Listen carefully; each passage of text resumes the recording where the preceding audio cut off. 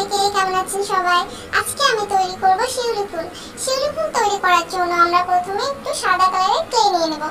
এই সাদা কালারের ক্লে এমন ভাবে গোল করব যাতে এক পাশে মোটা আর এক পাশে চিকন হয়। এক পাশে চিকন হওয়াতে সহজে আমরা একটা পাপড়ি শেপ এটা দিতে পারবো। তবে শিউলি ফুলের পাপড়ি শেপ করার জন্য আমরা এটাকে ব্লেড বা ক্লে টুলসের সাহায্যে কেটে নিয়ে শিউলি ফুলের পাপড়ির শেপ দেব। ব্লেডের সাহায্যে পাপড়িটা কেটে নিয়ে খুব সহজেই আপনারা শিউলি ফুলের পাপড়ির শেপ দিতে পারবেন। এছাড়া আপনারা ক্লে টুলস ব্যবহার করেও পাপড়ির শেপ দিতে পারবেন। এই জায়গায় আমি দুই রকম ভাবেই আপনাদেরকে দেখে দিচ্ছি, যেটা আপনাদের সুবিধা সেভাবে আপনারা পাপড়ির শেপ দিয়ে নেবেন।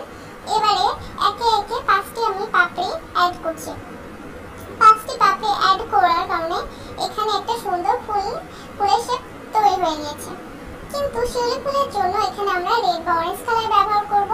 এর মাঝে একটু রেড বা অরেঞ্জ কালার গোল করে এটা ক্লে টুলসের সাহায্যে বসিয়ে দিব।